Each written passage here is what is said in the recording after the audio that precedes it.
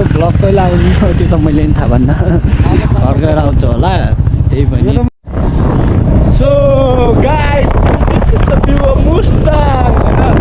तल हैन यस्तो मुला त्यो डोल्पा जाने ठाउँमा हैन यस्तो छ कि यस्तो म के भनौँ के यार उड्याथे उडाइदिन लाग्छ यार 60 केजी मान्छेलाई उडाइदिन्छ भनेपछि त्यहाँ 40-25 का आउ त हे भगवान् चुइँ उडाइदिन्छ चुइँ मात्रै होइन चुइँ उडाइदिन्छ यहाँ गाइस हामी चाहिँ अब ड्याक्क पारेर दर्शन भइसक्यो मन्दिरको होइन अब ड्याक्स पारेमा यहाँदेखि स्वाट पारेर अब कता जाँदैछौ जोमसोङ होइन त्यही हो गाइस मन्दिर चाहिँ माथि छ अनि ड्याक्क पारेर नुहाइधुवाइ गरिदियो एकदम चिसो पानी ए भगवान् जिन्दगीमा आजसम्म त्यस्तो चिसो पानीमा नुहाए पनि मै मरिजाम क्या यस्तो थियो क्या पानी पनि लिटरली यार पुरै छाट्यो कि लाइक यो ठाउँमा वर्षमा एकचोटि चाहिँ कम्पलसरी आउनु पर्ने रहेछ कि यस्तो मजाको भ्यू यार जता आएको चाहिँ हिमालको बिचमा आफू wow look like a wow हो कि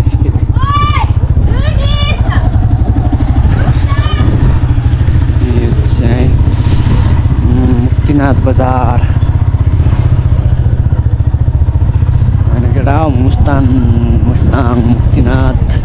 गिफ्ट पसल हाम्रा कुरे ग्याङ्ग्सहरू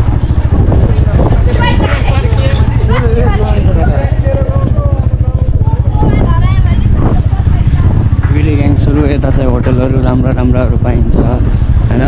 मैले मेरो जसले मलाई यहाँ के लिएर आउँछस् भनेको छ नि हो त्यसको लागि स्पेसल मुस्ताङको सुकुटी स्याउ लिएर आउँदा छु है इन्तजार गर है कतिजनालाई दिन्छु थाहा पान्न लिदिनु त लिदिएको छु फेरि नै छैन अनि यहाँ बाबा ट्याक्क बाउछराको राइड आज डे 2 के गर्छ बाबा के आज डे 2 भइसकेको छ भोलि आज हामी यता जोमसोङतिर बस्नेछौँ र भोलि हामी यहाँबाट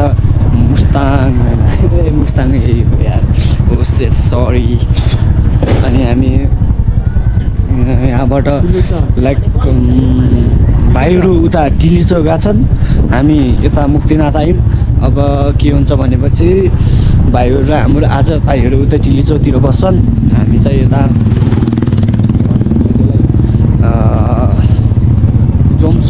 जोमसोङतिर बस्छौँ हामी चाहिँ होइन उता माथि चाहिँ हिमालहरू देख्न सक्नुहुन्छ ट्याक्स पारेर हिमाल चट्ट पारेर पुरै देखिन्छ उहीँ माथि भयो त्यो त चट्ट पारेर होइन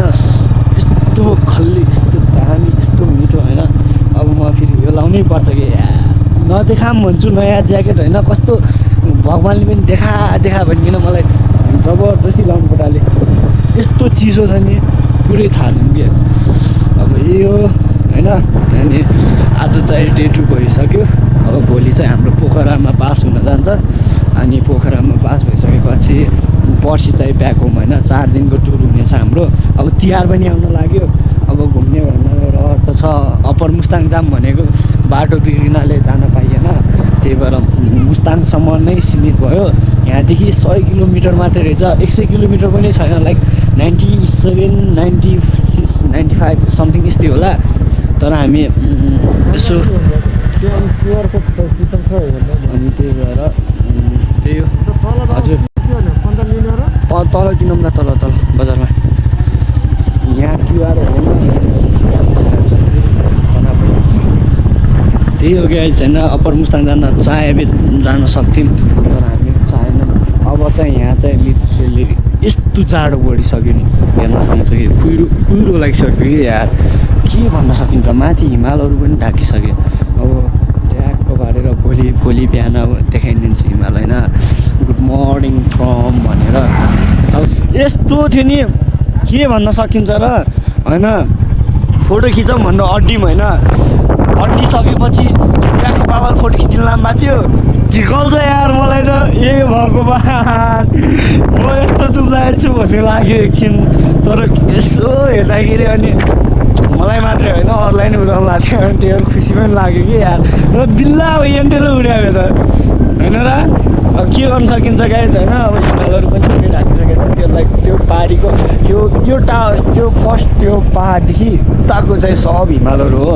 अनि यता साइड पनि यो पहाडदेखि जुन देखिरहेको छ त्योदेखि उतातिरको सब हिमाल हो यो चाहिँ अप्पर मुस्ताङ जाने बाटो भयो यो चाहिँ हामी चाहिँ अहिले मुस्ताङमा छ मुस्ताङ मुक्तिनाथ ओए त्यो ट्रोल गर्ने काम नगरे है फेरि मुक्तिनाथ हो अनि त्यही हो अब यहाँ पनि अब ट्याक्क पारेर अब यहाँबाट जेरी भिलेज जान लास्टै रहर छ अब हामी यहाँबाट जेरी भिलेजतिर जान्छौँ होला सायद पहिला जोङसोङमा गएर रुमसुम यताउति ठिक्क पार्छ मैले जेरी भिलेजतिर हेर्न सक्छु त्यहाँ बादलदेखि माथि यस्तो राम्रो छ क्या हिमाल पनि कस्तो कस्तो हेर त त्यहाँ हे भगवान् अब के गर्न सकिन्छ र होइन यस्तै त हो पारा मेरो भन्यो ट्याक्क पारेर बस्यो भ्लग बनायो अनि अघि आउँदाखेरिको एउटा भ्लग यो जाँदाखेरिको अर्को भ्लग होइन लाइक अब के गर्ने ए जेसुकै होस् बाल भएन क्या घरको वरिपरि आएर घरि यस्तो हुन्छ त लाइक भर्खरसम्म घाममा थियो कि नै मल्ल बनाए अब फेरि यहाँ यस्तोमा पठाइदियो मलाई बना किन दिन्छन् कि मलाई त्यहाँ हेर त भ्यू आहा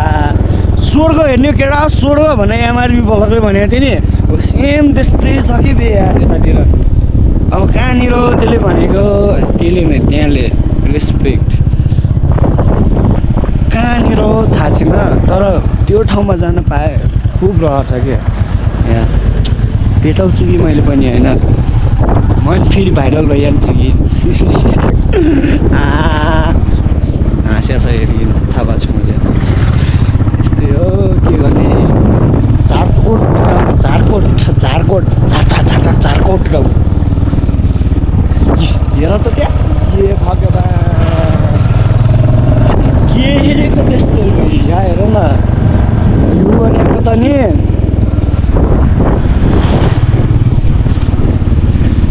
यतातिरको बोली होइन एउटा फिल्म थियो नि एउटा नेपाली फिल्म के त्यसमा त्यो केटाको नाम के अरे हिरोको नाम बाबा हो निश्चल बस्ने त्यो खेल्या बेलामा लाइक हुन्छ नि बोलेको के त्यो मैले यस्तो तँलाई यति खुसी हुन्न भने लाइक अर्कै तरिकाको बोली हुन्छ नि मैले सडनली हेरेको थिएँ कि त्यो नाम बिर्सेँ कि यार गाउँमा बनाएको थियो होइन भगाएर जबरजस्ती लग्यो हुन्छ पछि केटीले नि मान्छे जुन दिन माने मान्छे त्यो दिन मर्छ केटी पछाडि होइन पिर लाग्यो मलाई हो त्यही फिल्ममा जस्तो बोलेको थिएँ त्यस्तै बोली सुनेको छु मैले यस्तो खतरा लाग्यो नि बोली त आहा मर्द हो क्या बोली त फेरि हेर न त्यहाँबाट जाने छ क्या अझै 2 दिन भइयो कति बागमान जोले भन्छ नि मुस्ताङ आउने बाटो लास्टै राम्रो छ भनिकन थियो मान्छेको विश्वास जिन्दगीमा नमाने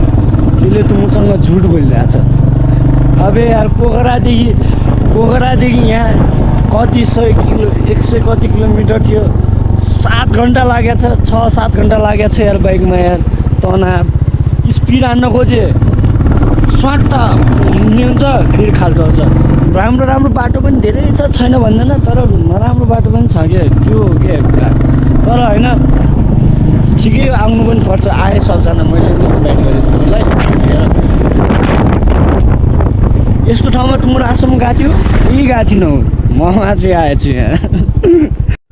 सो फाइनल्ली गाइज हामीले घाम पाइने यस्तो जाडो भएको छ नि पुरै छ तिमी खातेले पछाडिबाट हराउने यस्तो जाडो भएको छ कि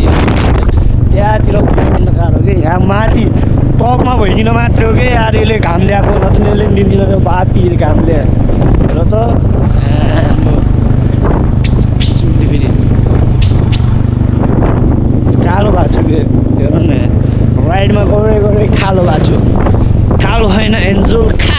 छ भन्ने दिन पनि आउला जस्तो मानिसकेको छु मैले है। फेरि हामी जाडोमा छिरिसकेका छौँ, यो म घोषणा गर्न चाहन्छु है त। अरू त के भन्न सक्छु, अगाडिदेखि गाडी आइरहेको छ उडिरहेको। अघि यस्तो भेचा लागेको थियो नि होइन, यस्तो राम्रो फोटो भिडियो बनिरहेको थियो। लास्ट फोटोमा फेरि यो सकियो, मेमोरी फुल भइदिरहेको थियो। यो हावा मलाई झन्डै उडाएको हो। यो हावा हो कि खावा हो, मान्छे मर्न हुने जस्तो आएछ हावा पनि। नेपालको झन्डा बोक्दाखेरि नि हावा हिमाल यस्तो दामी भ्यू यार, कस्तो लाग्छ।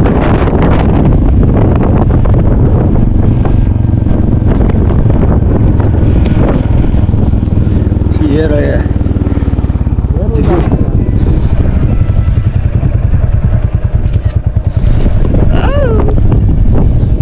यस्तो बनाएको इच्छा माथि माछा माछा देऊ त